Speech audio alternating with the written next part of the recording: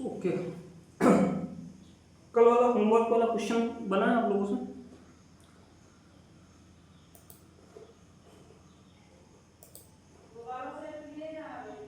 Hello,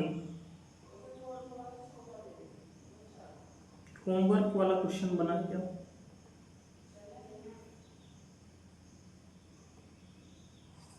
मैं नहीं किया, भूल गई मैं। ओके।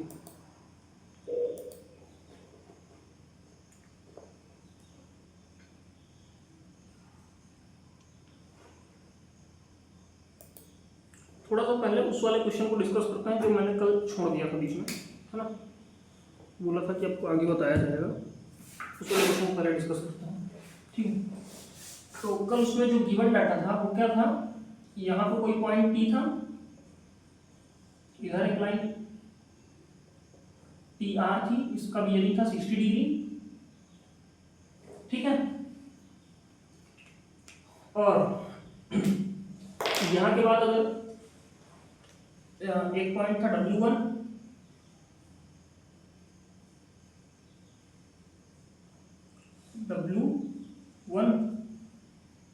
एक पॉइंट इधर था W2, ठीक है?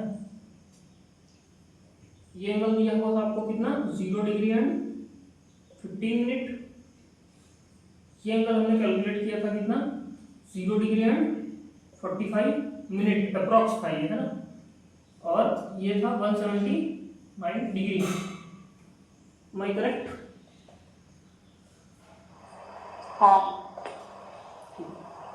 और हमें एक चीज और दी हुई थी, ये वाला एंगल कितना दिया था? ये 150 degree and 30 minutes. 150 degree and 30 minutes. तो ये जो लाइन TW1 है, इसका फोर बियरिंग कितना आया था? 210 डिग्री और 30 मिनट, है ना? यही आया था। और अगर इसका फोर बियरिंग 210 डिग्री 30 मिनट आ रहा है, तो इस लाइन ये क्या हो गया? फोर बियरिंग ना। इसका बैक बियरिंग कितना होना चाहिए बताइए? 150 डिग्री, 149 डिग्री, 149 डिग्री 30 मिनट। कैसे कैलकुलेट किए? कैसे कैलकुलेट किए? माइनस करूंगा 360 से माइनस करते हैं। 30 डिग्री आएगा, 30 डिग्री 180 से। तो इसका बैक बियरिंग हो गया कितना? 30 डिग्री और 30 मिनट, है ना? तो बैक बियरिंग क्या? नॉर्थ से एंगल। बैक बियरिंग का मतलब क्या होता है? नॉर्थ से एंगल। ये वाला एंगल कितना आ गया? 30 डिग्री और 30 मिनट। 30 मिनट। अब इसमें 45 मिनट्स और ऐड कर देंगे तो W1 और W2 लाइन का बियरिंग आ जाएगा ना? क्या क्या क्या क्या? ये एक्सटर्नल एंगल आपको पता है, ये इंटरनल एंगल और ऐड करेंगे। सो T मतलब सॉरी, जो आप W1 से प्लस करते हैं अगर थीटा, तो आप W2 पे पहुंच जाएंगे ना। TW1 में अगर ये एंगल मैं 45 वाला मैं बोल देता हूँ, फॉर एग्जांपल ये वाला एंगल थीटा है, तो TW1 लाइन में आप थीटा एंगल को ऐड करेंगे तो आप W1 W2 लाइन पे पहुंच जाएंगे।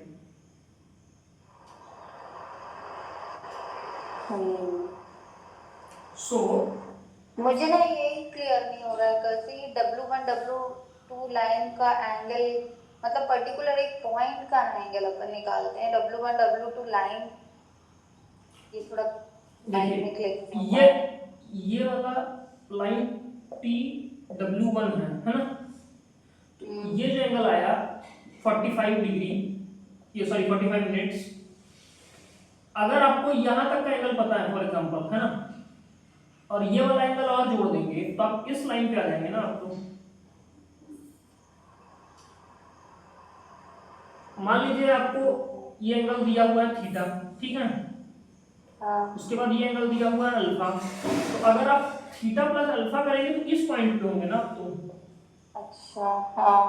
मैं यही तो कर रहा हूँ, मुझे 30 डिग्री एंड 30 मिनट्स इसका एंगल पता है, 30 डिग्री एंड 30 मिनट्स प्लस कर दूंगा मैं 45 मिनट्स, तो ये हो जाएगा 31 degree and degree 50 minute.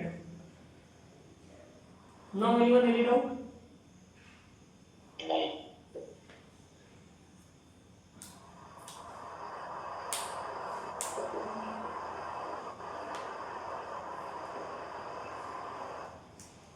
Shall we move ahead? हाँ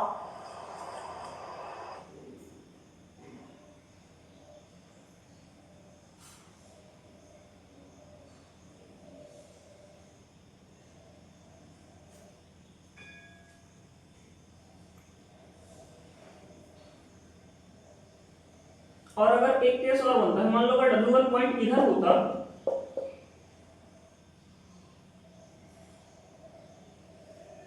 तो फिर एंगल माइनस करना पड़ता ना।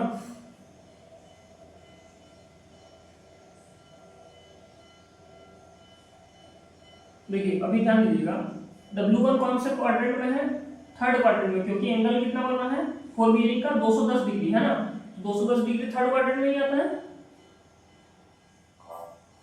मतलब अभी ये हमारा लाइन सही है, ठीक है, थर्ड क्वाड्रेंट में ही ड्रॉ किया हुआ है ना। अगर ये थर्ड क्वाड्रेंट में ना होता, सेकंड क्वाड्रेंट में कहीं पे होता, तो फिर अगर आपको आपको मतलब अगर ये मान लो कुछ लाइन सेकंड क्वाड्रेंट में है ना, sorry first second fourth quadrant में है, तो ये वाला एंगल अगर आपको पता होगा तो फिर आप उसको माइनस करेंगे ना 360 डिग्री से। हाँ पॉइंट को ध्यान रखिएगा, बस हो गया, आपको आगे नहीं यूज करना है, ठीक। तो ये वाला पॉइंट क्लियर है, मिटा दो इसको।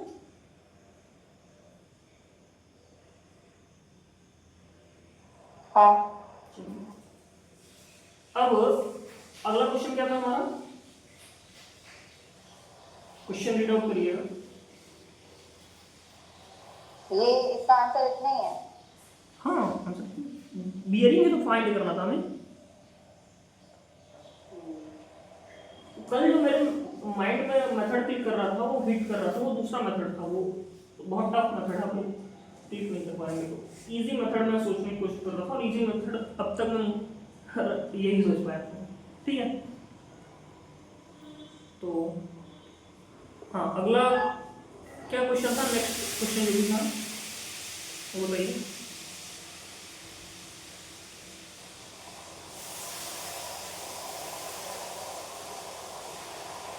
रीड करना है। हाँ क्वेश्चन रीड जो गिवन डेटा है वो बताइए, फिर अपन बात करते हैं। W1 W2 लाइन है और ये U है वो W1 के पास है, नियर। हाँ ठीक है, चलिए मान लीजिए। फिर उसके बाद डिस्टेंस जो दिया है UW1 का UW1 बताइए। 2.600 मीटर। 2.600 किलोमीटर, ठीक है।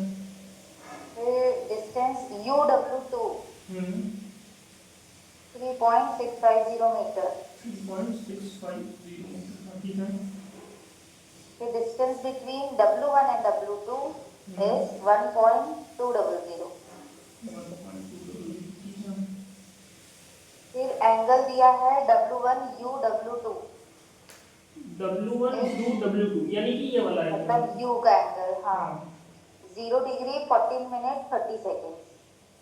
0 डिग्री 14 मिनट 30 सेकेंड। 30 सेकंड्स। ये ध्यान दीजिएगा, 0 डिग्री 14 मिनट्स एंड 30 सेकंड्स, यानी डबल डैश है ना।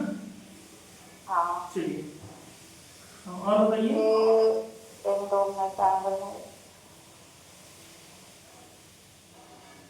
UA का जो एंगल दिया है ना, ए पॉइंट कहाँ है? तो आपने ए पॉइंट A डिस्कस पॉइंट रहेगा, इसमें लिखा है the angle measured from the line UW1 clockwise to the first underground traverse line UA is 105 degree 20 minute 0 second.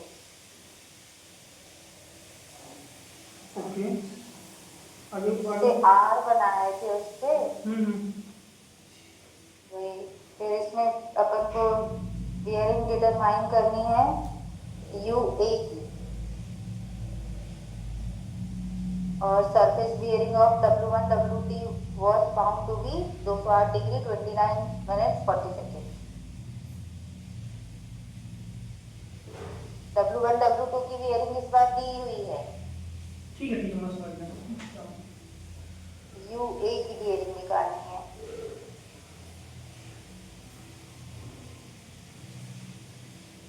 एक मान लो पॉइंट कहीं ए इधर होगा, ठीक है।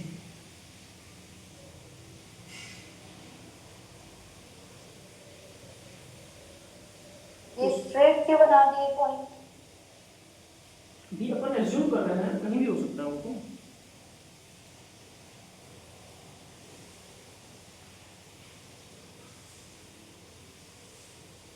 बट अगर W1 से क्लॉकवाइज चल रहा है, यहाँ नीचे आना चाहिए उस पॉइंट को ना, थोड़ा डायग्राम पे उल्टा होना चाहिए पूरा।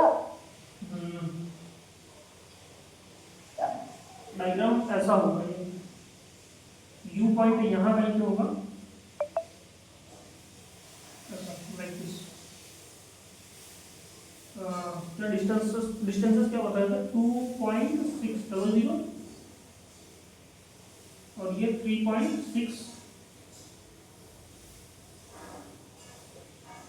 50 ना। अब U से और W1 से W2 1.200। हाँ अब A जो है ना वो मान लो एक्सटेंड कर देते हैं, यहीं इधर से एक्सटेंड कर देते हैं, A पॉइंट है।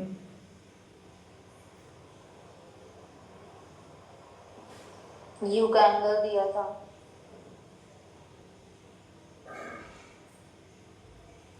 0 डिग्री 14 मिनट्स एंड 30 सेकंड्स।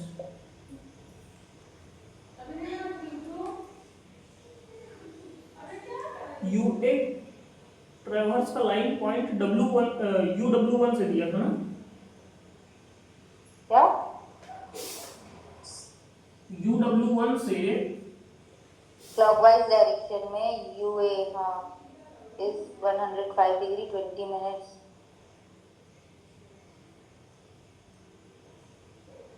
ये है, ये वाला 105 डिग्री 20 मिनट्स। ए को ऐसे स्ट्रेट ही बनाना है। अभी एज्यूम कर लेते हैं, बाद में वो आ जाएगा, क्योंकि देखिए अब W1 लाइन खुद ही ऐसे कुछ एंगल पे है, तो वहां से 105 किस डायरेक्शन में जाएगा अपन एग्जैक्टली नहीं डिटरमाइन कर सकते ना, तो अभी अपन एज्यूम कर लेते हैं, बाद में वो क्लियर हो जाएगा कि किस पॉइंट पे है। ठीक है, ठीक है। ऐसा कुछ डायग्राम बनना चाहिए। अब इसको सॉल्व करना है आपको, है ना। अब हमारे पास इसमें आपको W1 और W2 का वो दिया हुआ है बियरिंग। हाँ ये अगर नॉर्थ है, एक मिनट, W1 और W2 लाइन का बियरिंग दिया हुआ है ना, तो W1 W2 का बियरिंग कितना दिया हुआ है पहले थोड़ा बताइए मेरे को। 208 degree 29 minute 40 second. 208 degree 29 minute और 40 सेकंड। 208 third quadrant.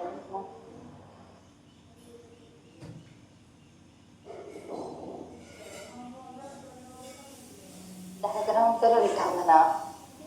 नहीं, इसमें W1 और W2 रिप्लेस कर दो उसमें।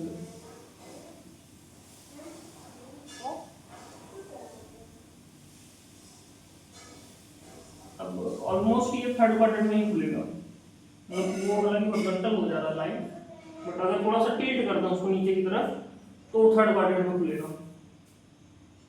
इसको एज्यूम कर लेते हैं थोड़ी देर के लिए, ये है मान लीजिए, है ना, थर्ड क्वाड्रेंट में ही है। ये एंगल दिया हुआ है आपको कितना, 208 डिग्री 20 मिनट बोले थे, 29 मिनट 40 सेकंड। 29 minute 40 second. ये एंगल है, ये नॉर्थ है।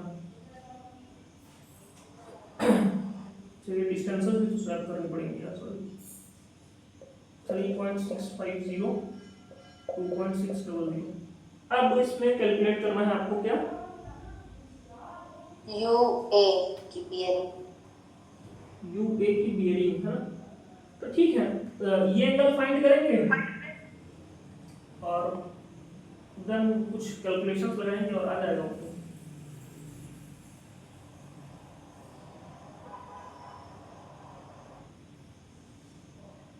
तो ये एंगल पहले फाइंड करिए आप, W1 एंगल कितना आता है। साइन रूल लगाइए, W1 और W2 दोनों एंगल्स फाइंड करिए।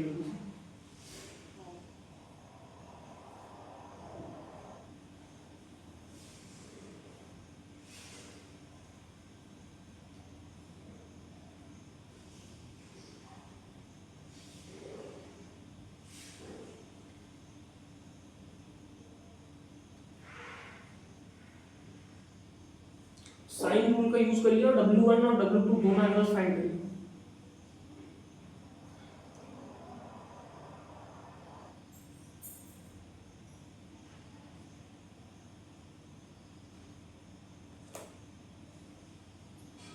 ये 14 degree 30 minutes, sorry 14 minutes 30 seconds second को चेंज कर क्या कैसे लिखेंगे, मतलब पॉइंट्स में 14.5 मिनट्स,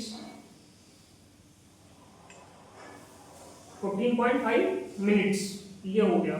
ठीक है, अब इसको चेंज करिए डिग्री में, जो आपको कल बताया था। 0.241।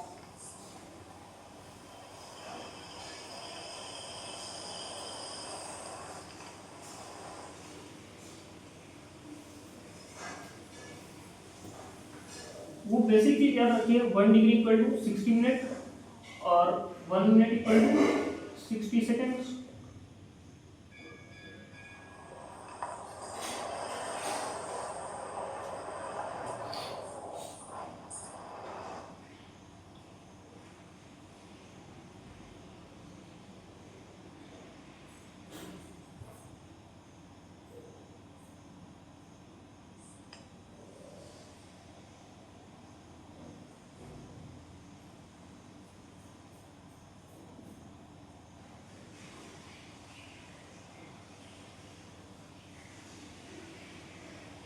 जीरो 0.733 मतलब 3/4,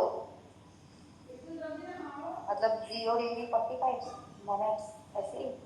नहीं 73 है, मतलब 75 से कम है ना।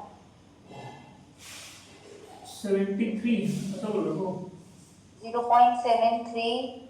तो ये ऑलमोस्ट 44 मिनट के आसपास होगा। एक मिनट का ही करना पड़ेगा।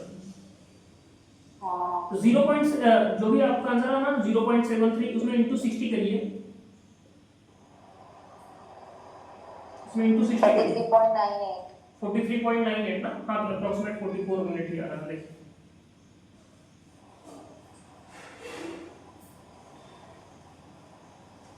चलिए, W2 भी कैलकुलेट करना। ये W1 की कैलकुलेट किए थे ना, हाँ ये 0 डिग्री और 44 मिनट्स हो गया। हालांकि W2 नहीं भी करेंगे तो काम हो जाएगा। देखिए मैं बताता हूँ कैसे। अब प्लस कर लेते हैं। कर लेना, अगर कर लिए हैं तो अच्छी बात है, और अगर करना चाहें तो कर भी लीजिए, बाकी काम हो जाएगा उसके बिना भी। क्योंकि देखिए मुझे क्या W1 W2 का लाइन का बियरिंग पता है, उसमें से मैं अगर W1 एंगल सब्ट्रैक्ट कर दूंगा तो मेरे पास W1U का क्या क्या बियरिंग, क्या W1 W2 का बियरिंग मुझे पता है, इसमें से मैं माइनस कर दूं अगर एंगल W1, तो मेरे पास क्या आ जाएगा, W1U का बियरिंग आ जाएगा।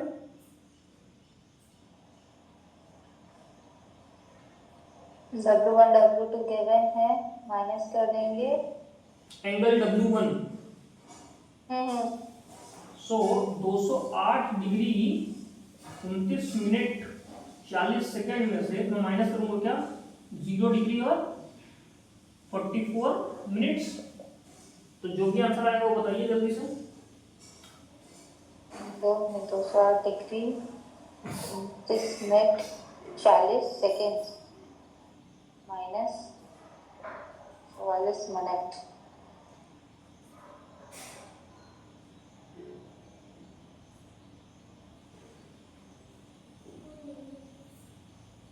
20 तो है, आगे बताइए जल्दी। 1 मिनट।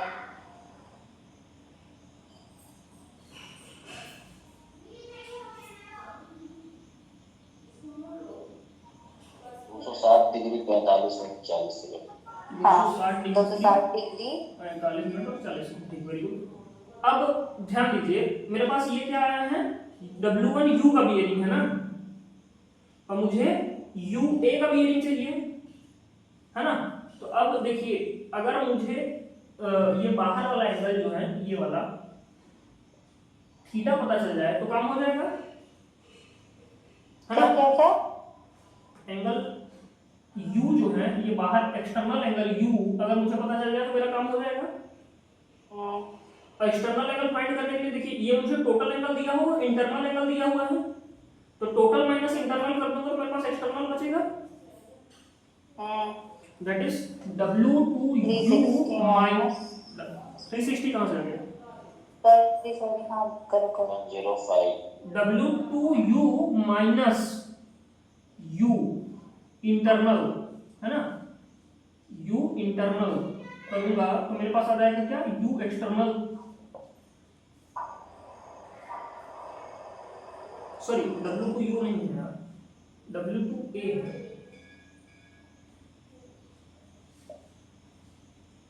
W2 से तो एंगल ही नहीं दिया हुआ था, मिस्टेक हो गया क्या कुछ, सॉरी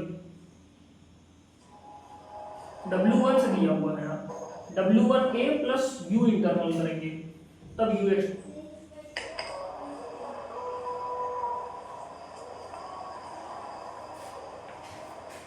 अभी भी गलत है, रुको एक मिनट। ये वाला एंगल, ये वाला बियरिंग आ चुका है, ये वाला एंगल मुझे पता है, नॉर्मली ऐड कर दो यार, क्योंकि देखिए ये बाहर वाला एंगल ना मुझे पता है, W1 से दिया हुआ था ना एंगल क्वेश्चन में, चेक करिए एक बार। क्या चीज? ये बाहर ये 105 डिग्री 20 मिनट 30 पॉइंट UW है, UW है। UWA दिया हुआ है ना, हाँ तो मुझे ये एक्सटर्नल एंगल पता है, इस लाइन का बियरिंग पता है, दोनों को जोड़ दूंगा तो आ जाएगा ना, तो W1U की बियरिंग प्लस एंगल जो भी कौन सा दिया W1UA ना, ये कर दूंगा तो मेरे पास लाइन UA की बियरिंग आ जाएगी, तो ये 207 डिग्री 45 मिनट 40 सेकंड प्लस कर दूंगा 105 डिग्री और 20 मिनट्स, जो भी आएगा ये आंसर हो जाएगा।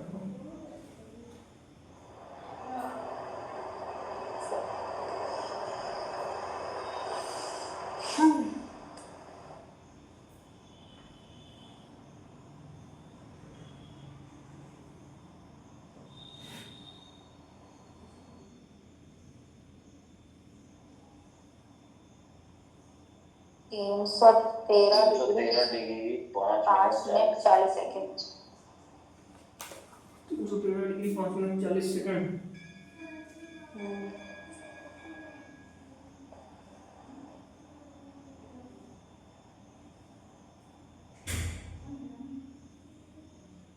गलत आया क्या?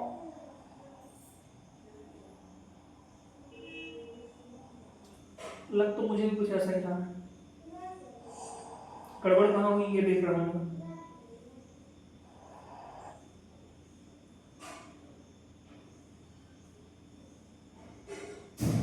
ओके,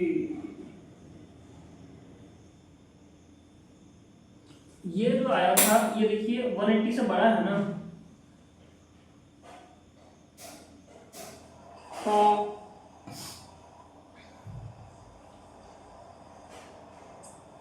तो ये बैकवर्ड बियरिंग हुई ना, इस पॉइंट पे U पॉइंट पे बैकवर्ड बियरिंग हुई, तो फॉरवर्ड बियरिंग कितनी होगी, 180 माइनस करेंगे ना, देखिए देखिए मैं बता दे एक्सप्लेन कर दे रहा हूँ, समझ लीजिएगा। देखिए W1 से U की तरफ एंगल मेजर किया मैंने ना अभी तो ये U पॉइंट के लिए तो बैक बियरिंग कहलाएगी ना, U पॉइंट के लिए ये वाली बियरिंग जो है वो बैक बियरिंग कहलाएगी। फॉर बियरिंग क्या होगी, इसको इसमें से 180 माइनस कर देंगे, है ना, तो 180 माइनस कर देंगे तो आप फाइनल आंसर में भी 180 अगर माइनस करेंगे ना तो आपका सही आंसर आ जाएगा। जो आपका 313 डिग्री आया है उसमें से अगर 180 माइनस कर देंगे तो भी आपका जो आंसर आएगा वो सही होगा। 180 माइनस कर दीजिए सिर्फ नॉर्मली। कॉन्सेप्ट समझ में आ गया ना, कहाँ मिस्टेक हुआ था थोड़ा सा।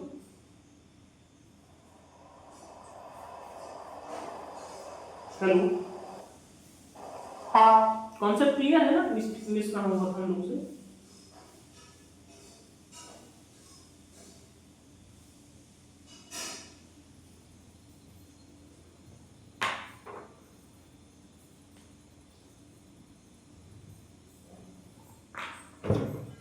फाइनल आंसर में से 180 माइनस कर दीजिए, जो भी आएगा वो आपका एक्चुअल आंसर होगा। ये ऑलमोस्ट अगर वो 313 डिग्री आया था ना तो ये 133 के आसपास कुछ होना चाहिए। 135 डिग्री 5 मिनट 40 सेकंड। ठीक है, ये आंसर सही है। आ गया।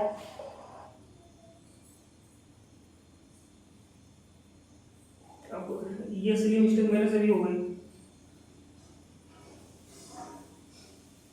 तो आप लोग इसको ध्यान रखिएगा थोड़ा सा कि आप लोग इसको रिपीट मत करिएगा, ठीक है। आगे चलें। हाँ तो अब अगला टॉपिक हम लोग को जो पढ़ना है वो है एरर्स, है ना। बट एरर्स के पहले एक टॉपिक और पढ़ेंगे अपन, that is called as sensitivity of bubble tube. Sensitivity of bubble tube, heading लिखिएगा, सेंसिटिविटी ऑफ बबल ट्यूब।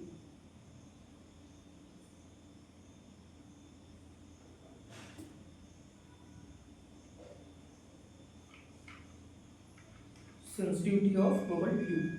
ये तो ये विस्बेस्ट ट्रायंगल क्लियर है ना, अगर इससे क्वेश्चन आएगा तो सॉल्व कर लेंगे ना आप लोग।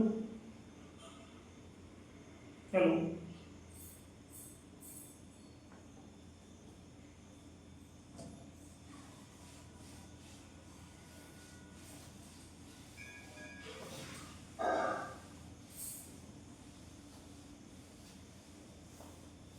हेलो, वॉइस नहीं आ रहा आप लोग। हाँ विस्बेस्ट ट्रायंगल मेथड क्लियर है ना, अगर इससे क्वेश्चन आएगा तो सॉल्व कर लेंगे ना, इसमें कोई डाउट है? ट्राई करेंगे। ट्राई करेंगे, ठीक है, चलिए ट्राई करिए, अगर कुछ डाउट रहता तो बात करेंगे, डिस्कस करेंगे, ठीक है। सो नेक्स्ट हेडिंग लिखिए, sensitivity of bubble tube. Sensitivity of bubble एक मिनट दो मतलब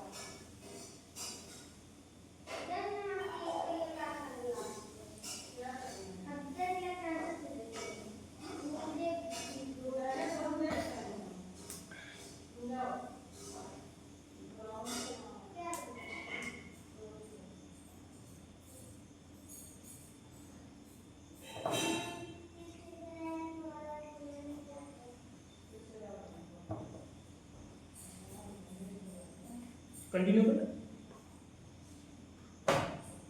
हाँ सो नेक्स्ट टॉपिक है सेंसिटिविटी ऑफ बबल ट्यूब, ठीक है। बबल ट्यूब ऑल क्लियर है ना, क्या होता है, कैसे वर्क करता है? बबल ट्यूब पता है नहीं, ये बता दो बस। हाँ तो बबल ट्यूब क्या होता है, एक ऐसा एक एल्कोहल टाइप का कुछ लिक्विड फिल्ड ट्यूब होता है जो थियोडोलाइट, टोटल स्टेशन और बाकी जो भी आपके सर्वे इंस्ट्रूमेंट्स हैं उनमें फिटेड होता है टू गेट द लेवल, है ना। तो यहाँ अगर ये सेंटर पॉइंट पे एग्जैक्टली 0 मार्क होता है, आइडियल कंडीशन में बबल यहाँ होना चाहिए, ठीक है। जैसे जैसे हम लोग लेवलिंग करते हैं या जो भी अपना सर्वे परफॉर्म करते हैं तो ये बबल जो है लेफ्ट या राइट मूव करता है, वो होता ठीक है।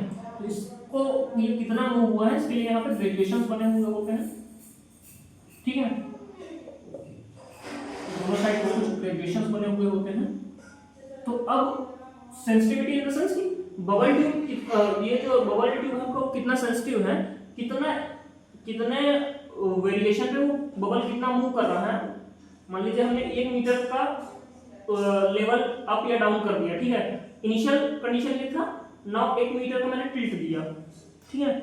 1 मीटर के टिल्ट पे बबल जो है वो लेफ्ट या राइट किसी एक डायरेक्शन में मूव करेगा, और जनरली अपर डायरेक्शन में मूव करना है ना। जो भी डायरेक्शन अपर साइड पे होगा उस डायरेक्शन में बबल मूव कर जाएगा। तो वो 1 मीटर के अपवर्ड मूवमेंट के लिए बबल कितना मूव करेगा, यही चीज हम लोग कैलकुलेट करना चाह रहे हैं, ठीक है। नाउ एनीवन एनी डाउट क्या हम लोग करने वाले हैं?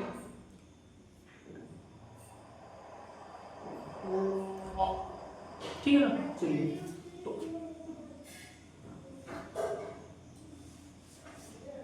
अब हम लोग कुछ नोटेशंस देते हैं। पहला नोटेशन है अल्फा। अल्फा का मतलब क्या होगा ये बता देता हूं। ये है sensitivity of bubble tube, sensitivity of bubble tube. Bubble tube की सेंसिटिविटी अल्फा के टर्म्स में मेजर की जाती है, ठीक है। और अल्फा का मतलब क्या होता है? Angular value of one division, angular value of one division. यानी अगर बबल ट्यूब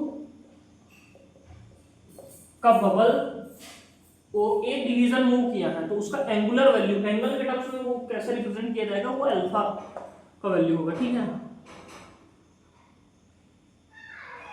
डायरेक्ट यही लिखना है इसमें। अल्फा का मतलब क्या होता है ये? हाँ, डायरेक्ट यही लिखना है। मतलब सेंसिटिविटी कैलकुलेशन ही है सेंसिटिविटी। तो सेंसिटिविटी के लिए 2-3 फॉर्मूले हैं, अपन उनको देखेंगे और एक आध क्वेश्चन अगर आपको रिक्वायरमेंट रहा तो एक आध क्वेश्चन सॉल्व करेंगे, अदरवाइज ठीक है।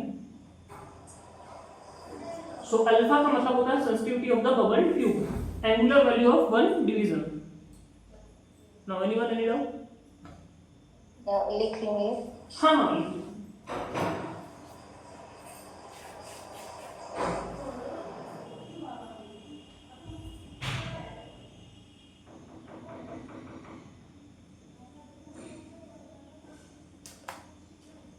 हो गया।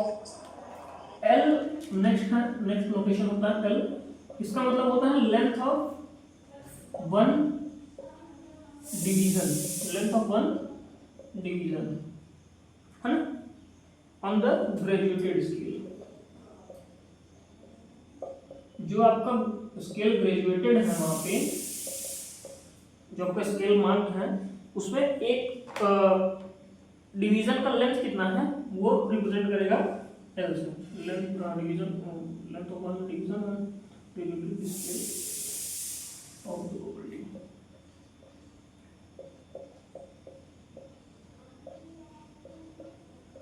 बबल ट्यूब पे एक डिवीजन का लेंथ कितना है वो अपन एल से रिप्रेजेंट करेंगे, ठीक है।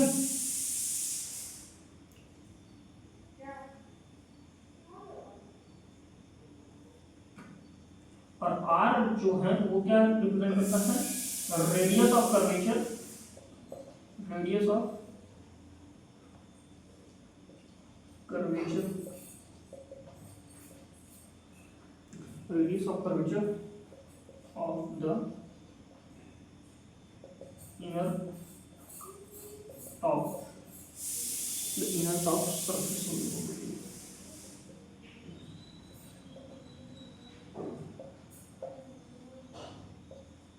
Okay, bubble, ठीक है। जो बबल ट्यूब का इनर सरफेस है उसका कर्वेचर कितना है, उसके कर्वेचर का रेडियस कितना है, वो आपका क्या रिप्रेजेंट करता है? आर से, ठीक है।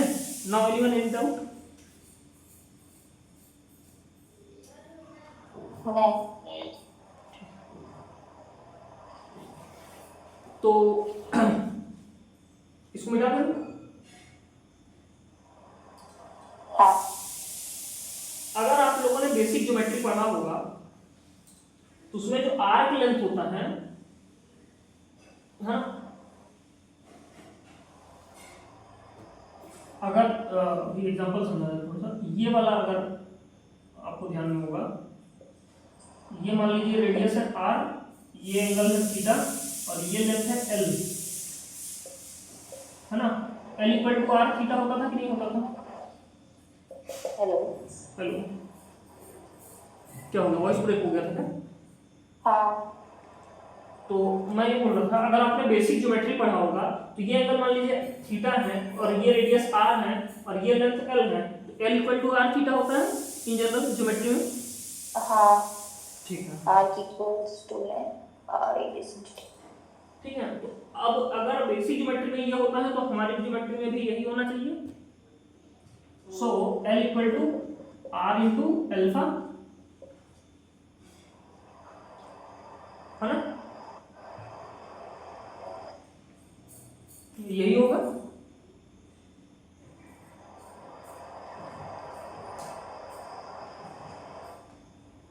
अल्फा क्या था, एंगुलर मेजरमेंट, L था लेंथ, तो लेंथ मतलब एंगल इनटू रेडियस करेंगे तो लेंथ आ जाना चाहिए, जो बेसिक ज्योमेट्री का था। So alpha equal to L upon R, और ये जो वैल्यू आएगी ये रेडियन में आएगी, ध्यान रखिएगा, डिग्री में नहीं आएगी। जो भी ये वैल्यू आएगा ये आएगा रेडियंस में, डिग्री में नहीं आएगा, है ना। Now anyone any doubt?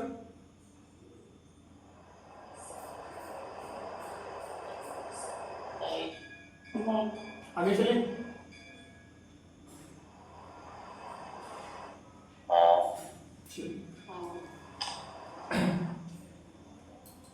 मिटा देना।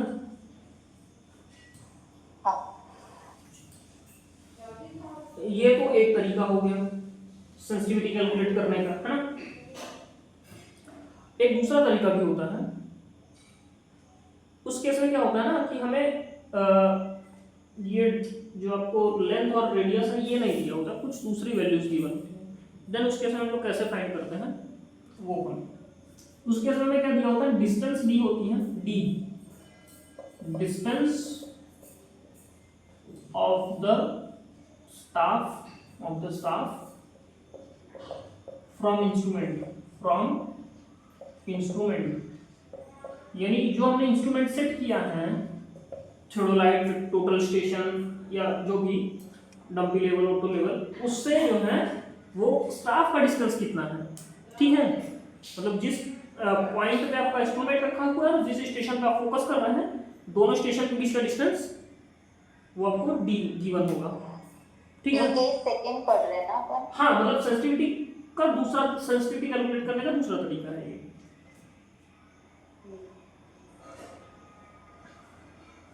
सो ये d की वैल्यू क्लियर है क्या होता है?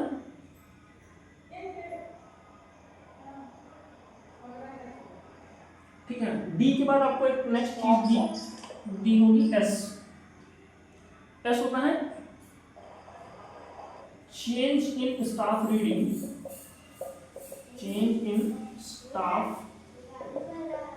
रीडिंग, when bubble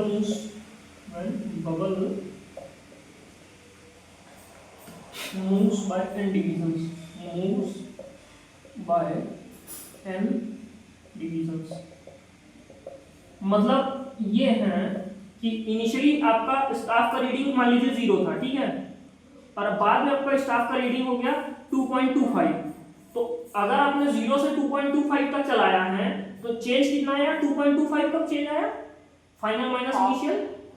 और इस इतने मीटर के अगर चेंज में बबल कहीं तो मूव किया होगा ना, कुछ सर्टेन नंबर ऑफ डिविजन्स, तो मैं उसको भी n मान लेता हूं, है ना। यहां तक क्लियर है?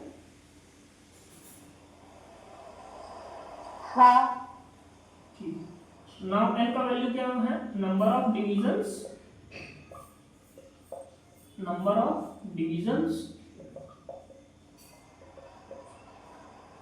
n का वैल्यू क्या है, number of divisions, the bubble moves from central position,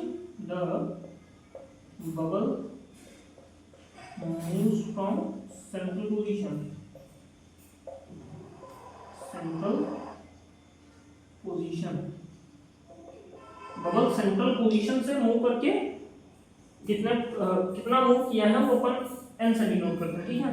यहाँ तो कोई डाउट है किसी को? नहीं। सो नाउ अगर ये तीन चीजें आपको गिवन है तो अल्फा के लिए जो फार्मूला लिखा जाता है वो होता है s upon n into D,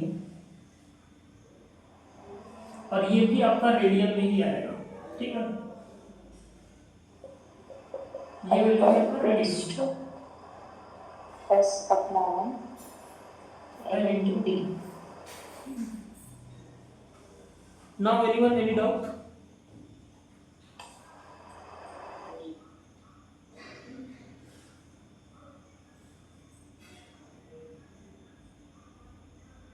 नहीं। अब ये वैल्यू जो रेडियन में है ना, इस देखिए आपके पास अल्फा के लिए दो फॉर्मूले हो गए, alpha equal to L upon R, ये भी रेडियन में है, और alpha equal to S upon N into D, ये भी रेडियन में है, ठीक है। तो इसमें अब एक काम और करेंगे हम लोग, इसको मिटा दें।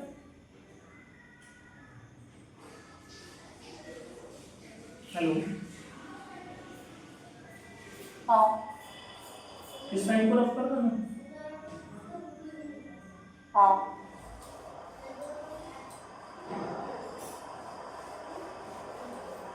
तो ये जो वैल्यूज रेडियन में है, अगर इनको मुझे डिग्री मिनट या सेकंड में लाना है, एक मिनट, ये alpha equals to 1 upon r। 1 नहीं है, वो l है, l अपॉन आर, अभी जो पिछला वाला फॉर्मूला लिखा था। अच्छा, हाँ। सो अगर ये डिग्री ये जो रेडियंस में वैल्यू दी हुई है, इसको अगर मुझे डिग्री मिनट और सेकंड में लाना है तो उसके लिए कुछ फॉर्मूला होना चाहिए मेरे पास। वही basic 180 by pi. by pi 180 नहीं, वो 180 बाई पाई नहीं, थोड़ा सा इसमें चेंज। सो यहाँ पे होता है s upon n into D, into 20, 60 to 65, ये सेकंड्स में वैल्यू आई आपकी, ये जो भी वैल्यू आया है ये सेकंड में आया है, ठीक है। l upon r into 20, 60 to 65, ये वैल्यू जो भी आया है ये सेकंड में आया है। अब सेकंड से आप डिग्री और मिनट में कन्वर्ट कर सकते हैं, ठीक है ना। एक मिनट लिखिए। हाँ, इसको भी लिख लीजिए, याद रखिएगा दोनों वैल्यूज।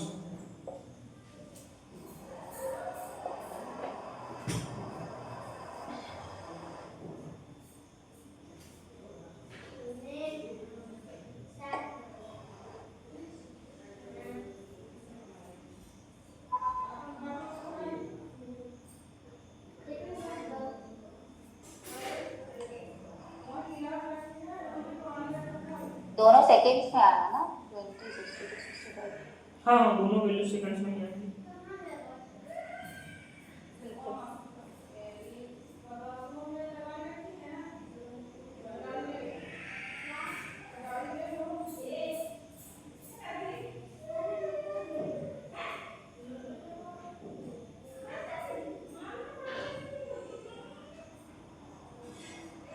हो गया।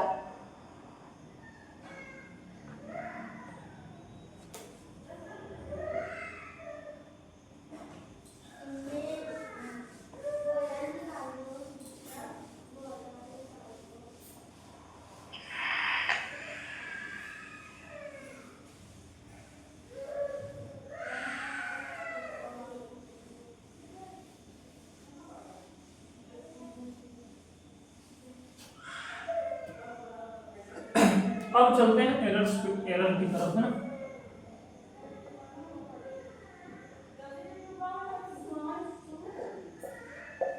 एरर्स में जो आपको डेफिनेशन लिखवाई थी वो याद है सब लोगों को, क्या लिखवाई थी? क्या? एरर्स में कुछ डेफिनेशंस लिखवाई थी, वो ध्यान में है? याद तो नहीं। लिखवाई थी, ये ध्यान है कि नहीं है? हाँ। चलिए, इतना ध्यान रखिए, उसको रिवाइज कर लीजिए एक बार, है ना। टेस्ट में नहीं था तो रिवाइज नहीं की। ठीक है, अगली बार आएगा। अच्छा नेक्स्ट टेस्ट अच्छा, लेकिन अभी तो अब लोग वेंटिलेशन क्लासेस लगेंगी ना। ठीक है, जब वेंटिलेशन की क्लास खत्म होगी आपकी, उसके बाद आपका एक सर्वे का टेस्ट और रखा जाएगा, ठीक है। चलो, जब आपकी वेंटिलेशन की क्लास खत्म होगी तो उसके बाद आपका एक सर्वे का टेस्ट रखा जाएगा जिसमें पूरा सिलेबस कवर किया जाएगा, ठीक है। ओके,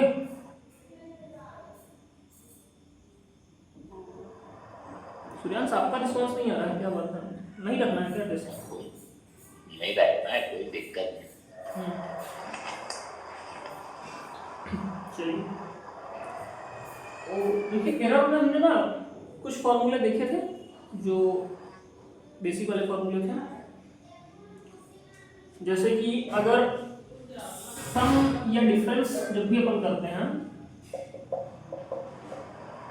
सम या डिफरेंस जब भी अपन करेंगे तो एरर का जो वैल्यू आता था, है ना, जो टोटल एरर का वैल्यू आता था एस वाई, वो क्या था, root over s x one का square plus s x two का स्क्वायर, ऐसा कुछ था। अगर x1 और x2 को ऐड करने पे y आता है, x1 plus x2 equal to y है, तो जो टोटल एरर का वैल्यू था वो यही था, सम या डिफरेंस दोनों के केस में। टोटल नहीं, प्रोबेबल एरर का था वो ना। हाँ, मतलब मोस्ट प्रोबेबल एरर, यानी जो भी मोस्ट प्रोबेबल एरर का फॉर्मूला यही था, है ना। हाँ, सम और डिफरेंस दोनों के केस में, अगर ये या ये दोनों में से कोई एक केस है, आपका एरर का वैल्यू ये आएगा। यहाँ तो कोई डाउट है?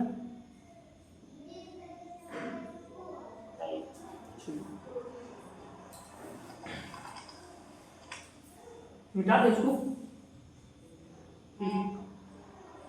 लिखना है क्या?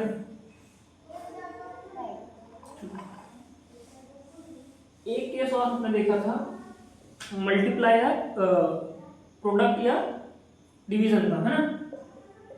डिवीजन का नहीं, प्रोडक्ट का बस तक बताया। ठीक है ना, डिवीजन का भी बता, प्रोडक्ट या डिवीजन दो, ये दोनों सिमिलर केस है ऑलमोस्ट, है ना। Let's say y equal to x1 dot x2, y equal to x1 by x2, दोनों केस, ठीक है। तो इसमें जो होगा sy अपॉन y जो होगा उसका फॉर्मूला है root over x1 sorry s of x1 upon x1 का whole square plus s of x2 upon x2 का होल स्क्वायर, ठीक है। दोनों के केस में सेम फॉर्मूला वर्क करेगा। अच्छा,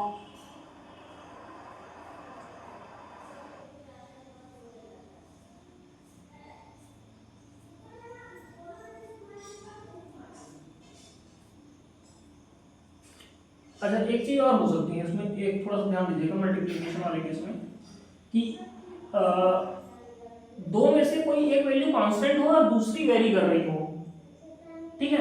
अभी क्या है, x1 और x2 दोनों वेरी कर रहे हैं, बट मान लीजिए y इक्वल टू मैं बोल देता हूँ 3x2, तो अब 3 तो कांस्टेंट है, तो 3 में कोई एरर होने का चांसेस नहीं है, बट x2 में अभी भी एरर होने का चांस है ना। हाँ, तो जो एरर इन y होगा that is sy is equal to क्या होगा, constant into error in x2, okay. Now anyone any doubt? इस वाले फॉर्मूले को भी ध्यान रखिएगा।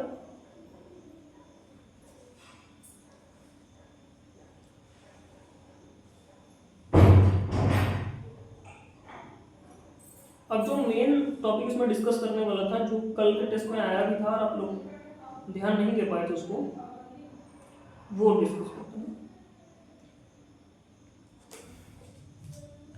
तो इसको मिटा दें।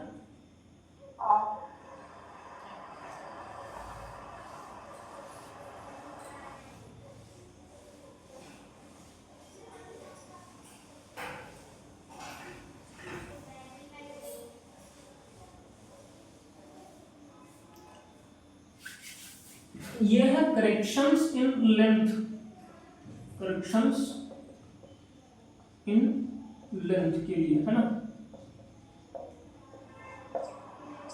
करेक्शंस इन लेंथ के लिए। तो अगर मान लीजिए आपको कोई लेंथ मेजर करना है L, है ना, तो L क्या कहलाएगा, मेजर्ड लेंथ, क्योंकि ये आपने मेजर किया हुआ है, ये आपका क्या कहलाएगा, मेजर्ड लेंथ, है ना। ये लिखना है। हाँ, इसको लिखते चलिए साथ साथ, इसका एक एग्जांपल भी समझ लेंगे थोड़ा सा, है ना। अगर मान लीजिए आपको कोई एल लेंथ मेजर कर, एग्जांपल साथ साथ समझ लीजिए, मान लो एल लेंथ 150 मीटर आपको मेजर करना है, ठीक है। यहाँ तो कोई डाउट है किसी को? राइट। एल लेंथ 150 मीटर आपको मेजर करना है, आपको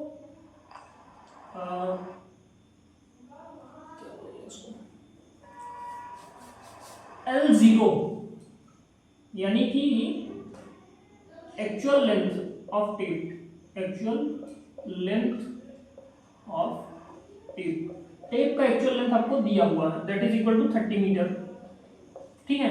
एक्चुअल लेंथ मतलब टेप का एक्चुअल लेंथ ये है 30 मीटर। अभी टेप में कोई एरर नहीं है ना, तो इसको अपन एक्चुअल लेंथ को ना, सॉरी एक्चुअल लेंथ नहीं है, इसको मार्क लेंथ लीजिए, ये मार्क किया हुआ है टेप, टेप पे इतना मार्क है कि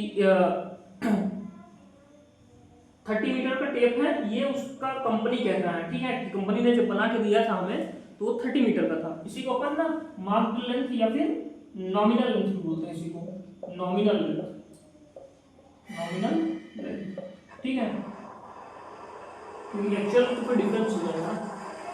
ये हो गया 30 मीटर का। अब अपन एक L डैश लेंथ लेते हैं जो कि है actual length of tape, actual length of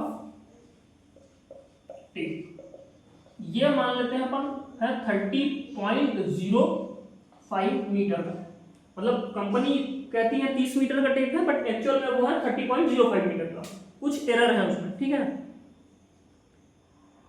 यहां तक क्लियर है सबको? हाँ। तो अब हमने मेजर करना है कितना, 150 मीटर। तो अब ये तो तय बात है कि अगर 5 बार टेप बिछाएंगे तो कुछ ज्यादा डिस्टेंस आएगा, 30 into 5 तो 150 आना चाहिए, बट अगर हम 5 बार टेप बिछाएंगे तो कुछ ज्यादा ही आ जाएगा वैल्यू। तो जो करेक्शन होता है, जो करेक्शन जो होगा, करेक्शन इन लेंथ, इसको अपन रिप्रेजेंट करते हैं C से, कैपिटल C, या समटाइम या तो C या फिर कैपिटल CS से, इसको ऐसे रिप्रेजेंट किया जाता है, ठीक है। तो कैपिटल C या CS का जो फॉर्मूला है वो क्या है, CS equal to L into L dash minus L0 upon L0, L into L dash minus L0 upon L0।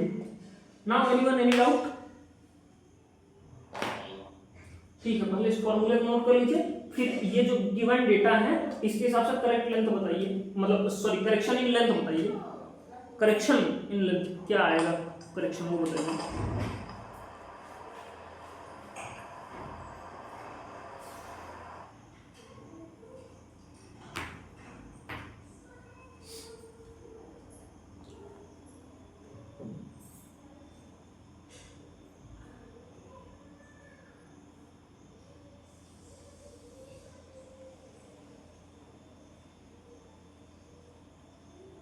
.25 0.25, ठीक है, सही आंसर।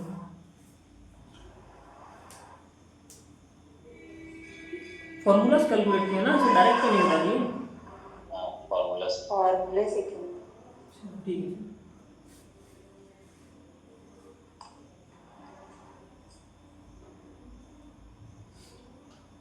आगे चलें।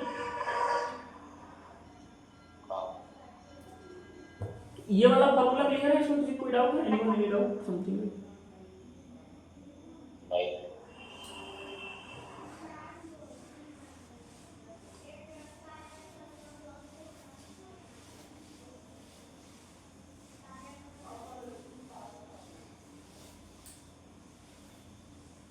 अच्छा, कल हमने एक चीज और डिस्कस करी थी कि टेम्परेचर की वजह से भी टेप के लेंथ में कुछ चेंज आता होगा, याद है आप लोगों को? हाँ तो देखिए टेम्परेचर की वजह से जो चेंज आता है ना, उसमें जो करेक्शन होता है वो लिखते हैं ना, उसको लगते हैं सीटी से, करेक्शन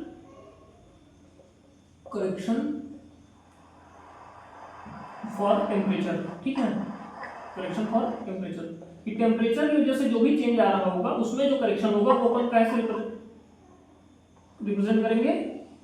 सीटी से। ठीक है, यार आपको डाउट है ना?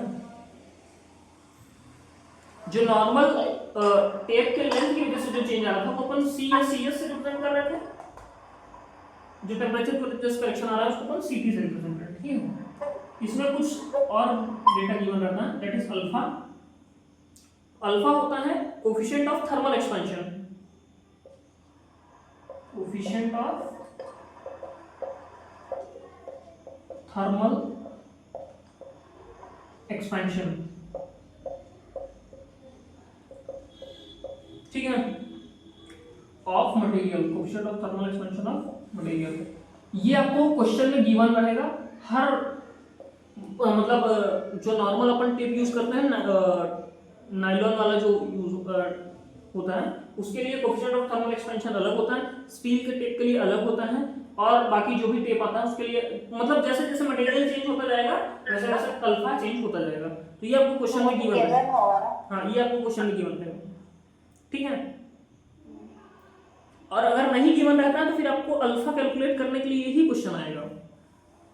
हाँ ठीक है। हाँ, फिर उसके बाद आता है टीएम, ये होता है मीन टेम्परेचर, मीन टेम्परेचर।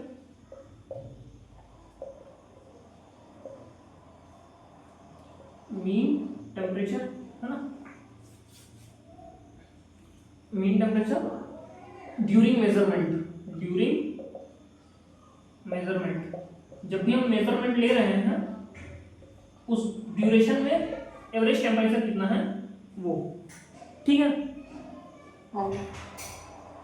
और उसके बाद आता है T0, that is standard temperature, standard temperature, standard temperature at which tape is calibrated, tape is calibrated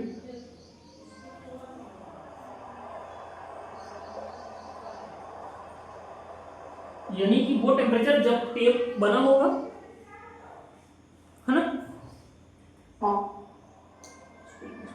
calibrated. हाँ, उसके बाद है एल, एल जो है वो है मेजर्ड लेंथ, कितना हमने मेजर किया, मेजर्ड लेंथ, जो भी हम लेंथ मेजर करेंगे वो लेंथ एल से रिप्रेजेंट करेंगे। ठीक है, सुनाओ ये कुछ नोटेशंस हो गए। अब जो सीटी का फॉर्मूला है वो क्या होता है? CT equal to alpha into TM minus T zero into TM minus T zero into L. ठीक है, ये फॉर्मूला है आपका सीटी का, करेक्शन फॉर टेम्परेचर का। ठीक है, नाउ एनीवन इन डाउट? नहीं। चले आगे।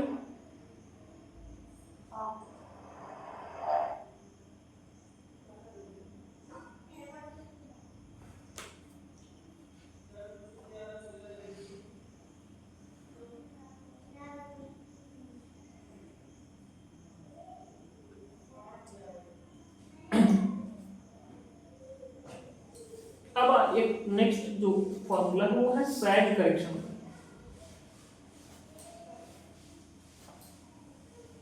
सैग करेक्शन है,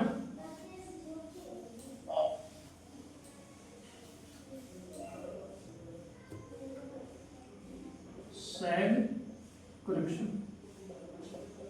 क्या होता है, किसी को आइडिया है क्या? Anyone any idea about sag correction? What is sag? Sag क्या होता है ये पता है क्या? जैसे टेम्परेचर की वजह से एक्सपेंशन हो रहा है तो वैसे ही सैगिंग मतलब सिकुड़ जाना, मतलब कम लेंथ कम हो जाना। लेंथ कम हो जाना ठीक है, बट सिकुड़ेगा नहीं। लेंथ हाँ सिकुड़ेगा नहीं, मतलब लेंथ कम हो जाएगी। लेंथ किसी दूसरी वजह से कम हो रही है, समझिएगा बात, माजरा क्या है, ठीक है। ये पॉइंट ए है, ये पॉइंट बी है, ठीक है। देखिए अगर कुछ डिस्टेंस अगर स्मॉलर होगा तो टेप एकदम स्ट्रेट रहेगा, है ना, बट अगर डिस्टेंस थोड़ा बढ़ता जाएगा तो टेप अपनी वजन की वजह से ना ऐसा कुछ होगा, मतलब बीच से ऐसे झुक जाएगा थोड़ा सा, हाँ बीच में सपोर्ट नहीं है। अब जैसे नॉर्मल टेप को इलोंगेट करते जाएंगे लॉन्गर डिस्टेंसेस में क्या होता है, टेप ऐसे थोड़ा झुक जाएगा बीच में अपने वजन की वजह से, क्योंकि बीच में कोई सपोर्ट नहीं है।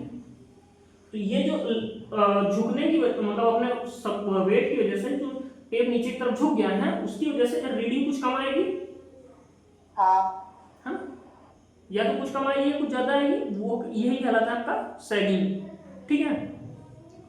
ज्यादा कैसे आएगी? ज्यादा कैसे आएगी, एक्चुअल में ये होना चाहिए था 2 मीटर, बट हाँ अब वो झुक गई है टेप नीचे की तरफ, तो वो अगर टेप या देखिए टेप अगर सीधा था तो 2 मीटर, बट टेप क्या हो रहा है ऐसे जा रहा है फिर ऐसे आ रहा है, तो ये नीचे की तरफ जो है वो लेंथ बढ़ी ना। हाँ सॉरी, कम कैसे आएगी ये क्वेश्चन होना था। हाँ कम नहीं आएगी, but most of the cases में ज्यादा ही आएगी, ठीक है। हाँ तो ये पॉइंट क्लियर है, सैग क्या होता है, सैग या सैगिंग क्या होता है, ठीक है। अब सैग करेक्शन लिखते हैं, ठीक है। सैग करेक्शन को जो है वो अपन सी सैग से रिप्रेजेंट करते हैं, ठीक है, सी सैग से, करेक्शन फॉर सैग, ठीक है। उसके बाद डब्ल्यू जो होता है स्मॉल डब्ल्यू, इसमें कंफ्यूजन होगा, मैं ऐसा बना देता हूँ, ये स्मॉल डब्ल्यू है, ठीक है। स्मॉल डब्ल्यू होता है weight per unit length of tape, weight per unit length of tape,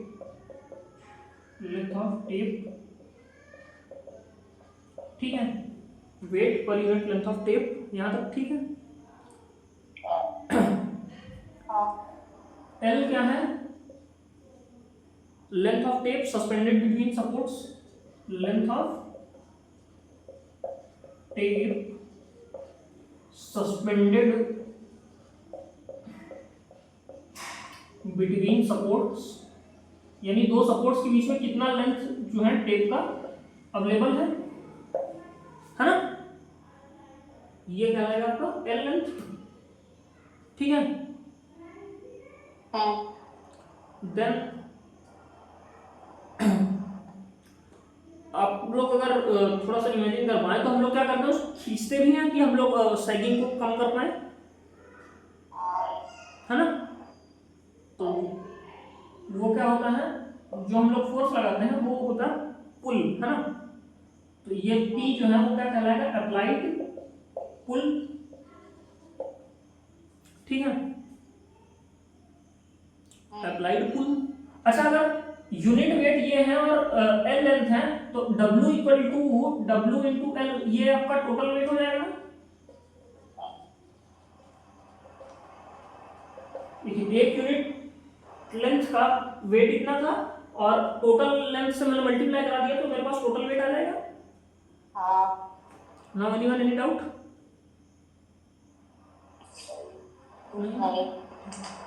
सो इसके लिए जो फार्मूला है सैग करेक्शन का वो क्या बोलता है, सैग करेक्शन का फार्मूला कहता है C of sag is equal to minus of W square L cube upon 24 P square, ठीक है, 24 P स्क्वायर। और अब ये अगर मैं इस कैपिटल W से WL को रिप्लेस करने की कोशिश करूं तो C ऑफ सैग क्या हो जाएगा, minus of W square L upon 24 P square. Now anyone any doubt? नहीं। चले आगे।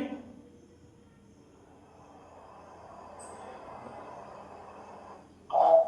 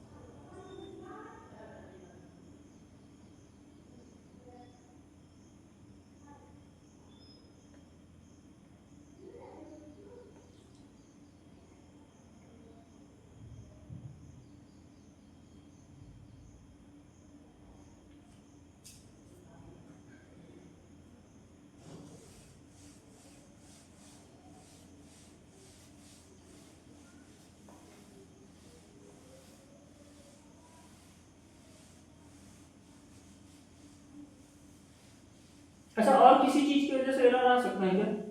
Anything else if coming in your mind? Pull hmm, pull की वजह से। पुल की वजह से। चलिए उसको भी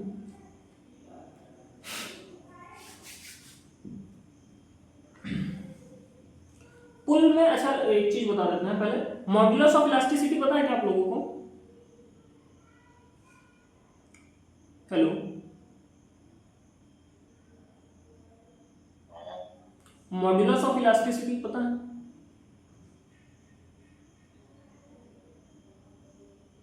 ये मॉड्यूलस। हाँ, मतलब किसी भी यंग मॉडुलस ही, या उसी को बोलते हैं मॉडुलस। देखिए, अगर किसी मटेरियल को हम लोग खींचेंगे ना, तो उसकी कुछ इलास्टिसिटी होती है। आफ्टर मतलब through to a certain point of time वो अपने आप को इलोंगेट करता है, after certain point of time वो ब्रेक हो जाता है, ठीक है। फॉर एग्जाम्पल, मैं अगर इस रुमाल को खींच रहा हूँ, ठीक है, तो ये up to a certain point of time तो ये टेंशन बर्दाश्त करेगा, मतलब थोड़ा खींचेगा, बट थोड़े टाइम के बाद क्या होगा, ये फटना चालू हो जाएगा, ठीक है।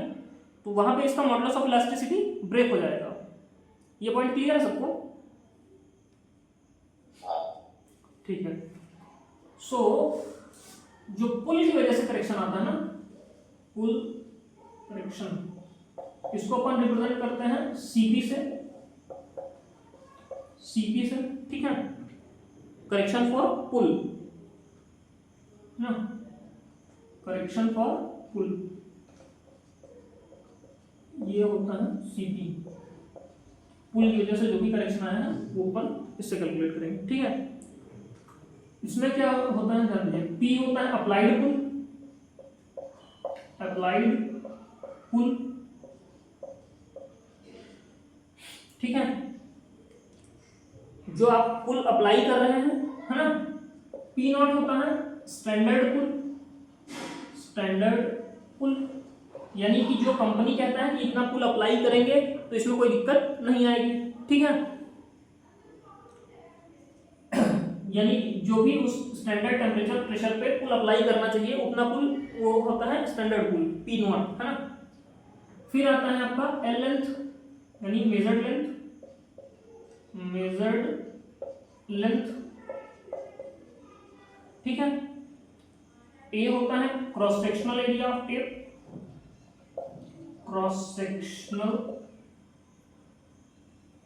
Cross sectional area of tape,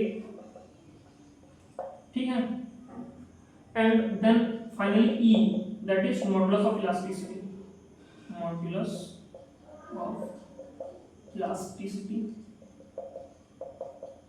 of tape. Tape का जो है मॉडुलस ऑफ इलास्टिसिटी होता है ई, ठीक है। यहां तो कोई डाउट है? तो यहाँ पे जो सीपी का जो फॉर्मूला लिखा जाता है वो होता है P minus p naught, P minus p naught into L upon A E, ठीक है। Now anyone any doubt? Whole के फॉर्म में AE है हाँ होल के फॉर्म में और P माइनस P नॉट के मल्टीप्लाई में है बस। जी।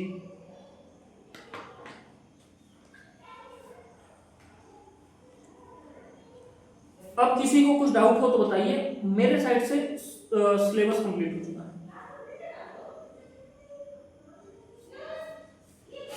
है। नोट हो गया ना?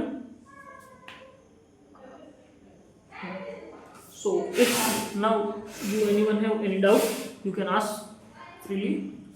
From my side, the syllabus is completed now.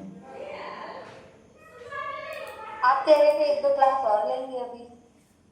1-2 class और लेंगे अगर रिक्वायरमेंट रही तो, मतलब इन द सेंस कि आप एरर्स इतना ही है बस। हाँ एरर इतना ही।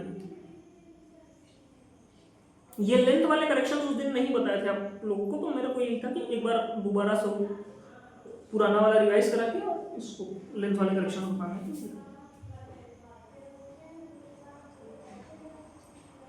तो मेरे साइड से यहाँ पे सर्वे का सिलेबस खत्म हो गया। आप लोग के साइड से अगर कुछ डाउट है, किसी टॉपिक में ऐसा कंफ्यूजन है कुछ और वो है, तो आप लोग डिस्कस कर सकते हैं। हाँ अगर कुछ नीड और रही, ऐसा लगेगा किसी टॉपिक में आप लोग कुछ और एडिशनल इन्फॉर्मेशन चाहिए होगी या कुछ और रिक्वायरमेंट मिस हो रही है, देन हम लोग एक आध क्लास और कभी इन फ्यूचर अरेंज करेंगे, ठीक है? या डाउट क्लास आप लोग का जब भी रहता है, PDF वगैरह सॉल्व करिएगा, तो 1-2 क्लासेस अरेंज हो सकता है, ऐसा कोई वो नहीं है ना? अभी आप लोग को अगर कुछ डाउट है आप लोग डिस्कस कर सकते हैं। अभी तो नहीं है, वही PDF के और क्वेश्चन सॉल्व करेंगे जब होगा। तो एरर वाले जैसे अभी पूरा छोड़ दिए थे। अच्छा ठीक है, एक सेकंड टाइम दीजिए।